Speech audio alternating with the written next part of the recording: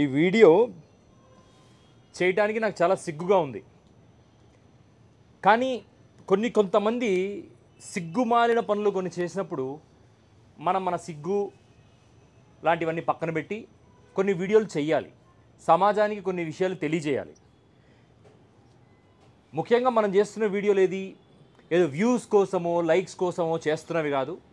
ఖచ్చితంగా కొన్ని నిర్దిష్టమైన విషయాల పట్ల సమాజానికి ఒక అవగాహన తెలియజేయడం కోసం నా వర్చ్యూసు నా ఎథిక్స్ని లైనప్ చేసుకొని సమాజంకి సింక్రనైజేషన్ చేసుకొని నేను మాట్లాడతాను.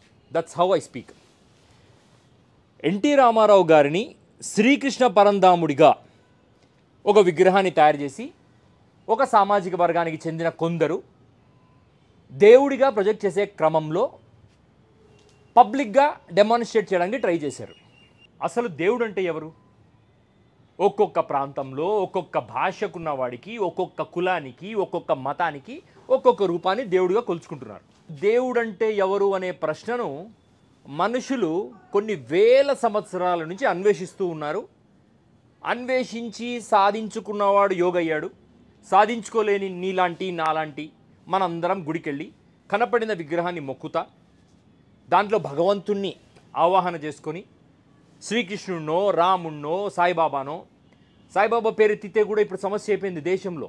సాయిబాబా ముస్లిము, సాయిబాబాని మొక్కద్దు, పలానా దేవుడు పలానా కులానికి చెందినవాడు, పలానా దేవుడిని మొక్కద్దు, పలానా దేవుడు పలానా మతానికి చెందినవాడు అని ఏడ్చి సస్తున్న ఈ జనాలను, ఈ రాజకీయ పార్టీలను, ఈ పొద్దున్న లేచినప్పటి నుంచి రాజకీయాలను మాత్రమే చూస్తున్న మనము, సినిమా అయితే సినిమా వాళ్ళను లేదా ఈ రాజకీయ నాయకులను, వీళ్ళందరూ కేవలం తమ స్వార్థం కోసం, తాము బ్రతకటం కోసం, తాము డబ్బు సంపాదించుకోవటం కోసం, తాము అధికారంలో ఉండటం కోసం మనలాంటి వాళ్లను, మన మైండ్స్ని కంట్రోల్లోకి తీసుకుంటారు.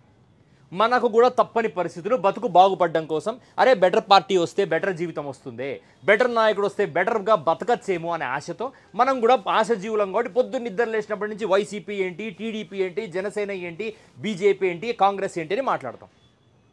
కానీ మనందరం కామన్గా ప్రశాంతంగా ఒక చోటు ఉంటాం. అదేంటి అంటే గుడి. దారిలో పోతున్నప్పుడు ఆంజనేయ స్వామి విగ్రహం కనపడినా, దారిలో పోతున్నప్పుడు ముస్లిమ్స్కి అయితే దర్గా కనపడినా, క్రిస్టియన్స్కి చర్చ్ కనపడినా, అరే అక్కడ చర్చ్ను చూస్తే చర్చిలో యేసు కనపడతాడు, దర్గాలో వాళ్ళ కళ్ళా కనపడతాడు, మనకు ఏ గుడిలో ఆ దేవుడు కనపడతాడు. శివుణ్ణి చూస్తే మనకు లింగం కనపడుతుంది, భూ కైలాసంలో ఎన్టీఆర్ కనపడ్డు. శ్రీకృష్ణుని తలుచుకుంటే ఒక ప్రశాంతమైన స్ఫురద్రూపంతో ఒక అజాను బాహుడు కనపడతాడు మన మనస్సులోకి. కానీ ఆంధ్రప్రదేశ్ వరకు ఎటువంటి నాయకులు తయారయ్యారంటే, ఎటువంటి కుల సమాజం ఏ స్థితికి దిగజారిపోయిందంటే, మా కులపు వాడు, మా వాడు సినిమాలు చేశాడు, టెక్నాలజీ అంటే ఏంటో తెలియని రోజుల్లో ఒక నటుడు వచ్చి పలానా నాటకాలు వేసేవాడు. స్టేజ్ మీద కృష్ణుని గెటప్పు, రాముని గెటప్పు, రావణాసురుడి గెటప్పు, ఇటువంటి గెటప్పులు వేసేవాడు. అతను రాజకీయాల్లోకి వచ్చి పార్టీ పెట్టి ఒక సామాజిక వర్గాన్ని పైకి లేపుతూ ఆ లేపిన దాంట్లో ఆయనే బలైపోయి చనిపోయి ఆయన రూపాన్ని వాడుకుంటూ రాజకీయాలు చేస్తున్నారు. తప్పులేదు.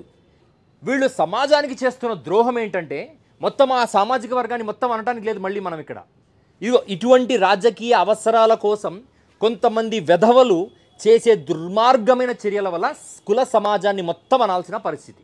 ఆ సామాజిక వర్గం పట్ల సమాజంలో మిగిలిన సామాజిక వర్గాలందరికీ హేహ్యభావం వచ్చే పరిస్థితి ఎందుకు జరుగుతుంది అంటే, అధికారంలో ఉన్నప్పుడు కన్ను మిన్ను కానకుండా దైవ రూపాన్ని కూడా తమ కులపు వాడి రూపంతో వాళ్ళు తయారు చేయటం. అంటే ఇప్పుడు నేను శ్రీకృష్ణుని మొక్కాలి ఆ పలానా ప్రాంతంలోకి వెళ్ళినప్పుడు అని ఇలా తలెత్తి పైన చూస్తే ఎన్టీ రామారావు కనపడేంత కర్మ ప్రపంచంలో ఎవరికైనా ఎందుకు పట్టాలి? నేను కృష్ణుడిని మొక్కితే కృష్ణుడినే కదా మొక్కాలి, రాముడిని మొక్కాలనుకున్నప్పుడు రాముడిని కదా మొక్కాలి. ఒక మనిషి నాటకాలు వేసుకునే ఒక మనిషి ఒక రూపం ధరించి సినిమాలో యాక్ట్ చేసి డబ్బులు సంపాదించిన ఒక వ్యక్తి రూపాన్ని నేను ఎందుకు మొక్కాలి అంటే, లాస్ట్కు ఒక మనిషిని దేవుడికి ఐడియలైజ్ చేసి దేవుడిని కూడా మీరు రాజకీయాల్లోకి తీసుకొస్తారా? అంటే ఇక మేము గుడికి పోయినా కూడా ఎన్టీ రామారావు, అక్కినేని నాగేశ్వరరావు వీళ్ళే కనపడాలా? దేవాలయంకి వెళ్తే భూ కైలాస్లో ఎన్టీ రామారావు గారి విగ్రహం పెడతారా? లేదా షిరిడి సాయిబాబా మందిరానికి వెళ్తే నాగార్జున విగ్రహం పెడతారా?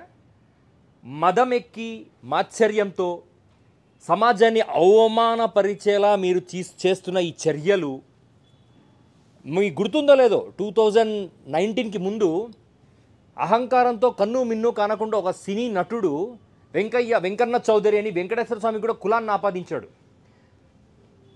మరి దాని ప్రతిఫలమేనేమో 5 సంవత్సరాలు చుక్కలు చూశారు.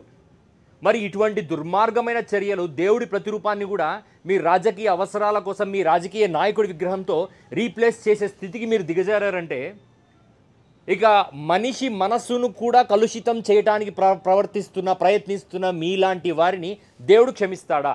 మిమ్మల్ని మీరు ఆత్మపరిశీలన చేసుకోండి.